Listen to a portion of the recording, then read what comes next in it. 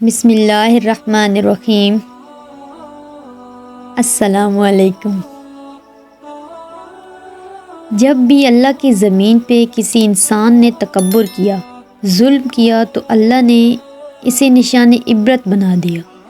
تو ویسے ہی حضرت موسیٰ علیہ السلام کے زمانے میں کون کب دو مالک سے جو مصر کا بادشاہ بنا، جس کا نام سب بن ولید بن مسع بن ریام تھا، جس کو پوری دنیا فرعون کے نام سے یاد کرتی ہے۔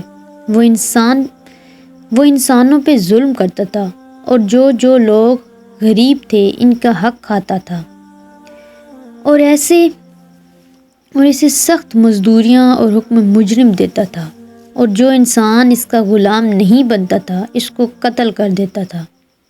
تبھی اللہ نے اپنے نبی موسیٰ علیہ السلام کو حکم دیا کہ اے موسیٰ، فرعون تک میرا پیغام پہنچاؤ کہ وہ انسانوں پہ ظلم نہ کرے ورنہ اللہ کا عذاب ان کو لے ڈوبے گا۔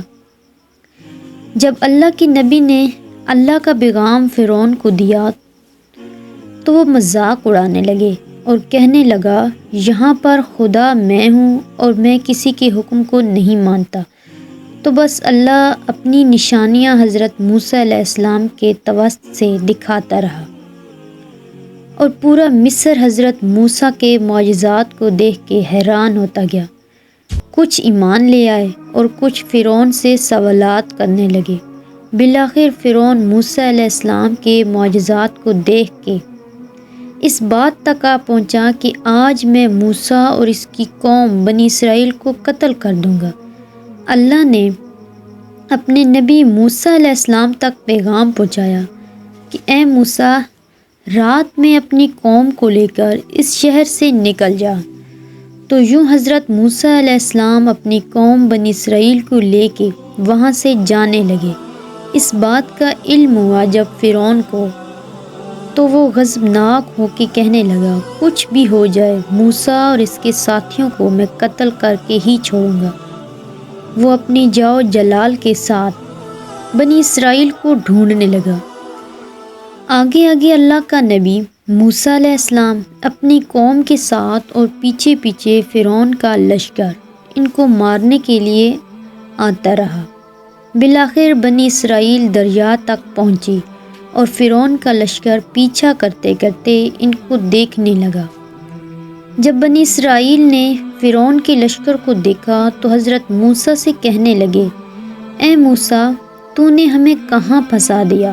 اب پیچھے فرعون کا لشکر ہے، ہمیں مارنا چاہتا ہے، اور آگے دریا۔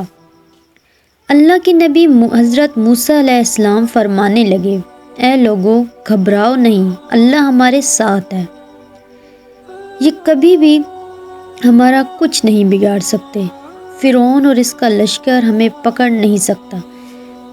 اے موسیٰ، اب ہم ان سے کیسے بچیں گے؟ اتنی دیر میں آواز غائب آئی، اے موسیٰ، اپنا عصا اس دریا میں دے مار۔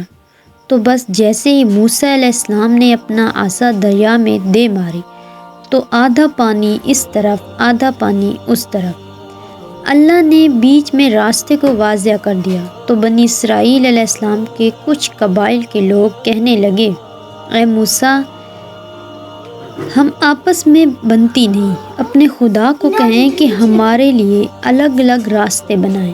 اللہ کے نبی موسیٰ علیہ السلام نے اس دریا میں 12 جگہوں پر عصا ماری اور 12 الگ الگ راستے بنے، اور وہ 12 قبائل الگ الگ ہو کر دریائے نیل سے جانے لگے۔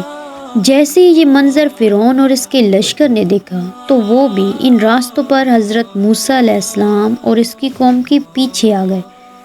جیسے ہی موسیٰ علیہ السلام بنی اسرائیل کے ساتھ دریا کے اس طرف پہنچے اور دریا کے بیچوں بیچ فرعون اور اس کا لشکر موجود تھا، تو اللہ نے پانی کو پھر سے حکم دیا، اب ویسے ہو جا جیسے پہلے تھا۔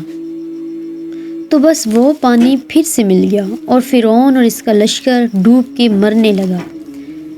یہ پورا منظر حضرت موسیٰ اور اس کی قوم دیکھ رہے تھے، اللہ کا شکر ادا کر رہے تھے، اور اتنی دیر میں فرعون چیخ کے کہنے لگا، میں بھی موسیٰ اور ہارون کے اللہ کو تسلیم کرتا ہوں۔ میں بھی ایمان لاتا ہوں کہ موسیٰ کا اللہ بڑی قدرت والا ہے۔ اتنی دیر میں آواز غائب آئی، کیا ہے فرعون، اب ایمان لاتا ہے جب تو دوزخ کی دہلیز تک پہنچ گیا ہے؟ اے فرعون، ہم تیرے تکبر اور تیری لاش کو آنے والے لوگوں کے لیے نشان عبرت بنائیں گے، تاکہ ہر انسان یہ جان لے کہ زمین پہ انسان کو تکبر راس نہیں آتا۔ آج بھی اللہ نے فرعون کی لاش کو نشان عبرت بنا کے رکھا ہے۔ بے شک جس انسان نے تکبر کیا، انسانوں پہ ظلم کیا، وہ اللہ کی رحمت سے دور ہو کر دوزخ تک جا پہنچتا ہے۔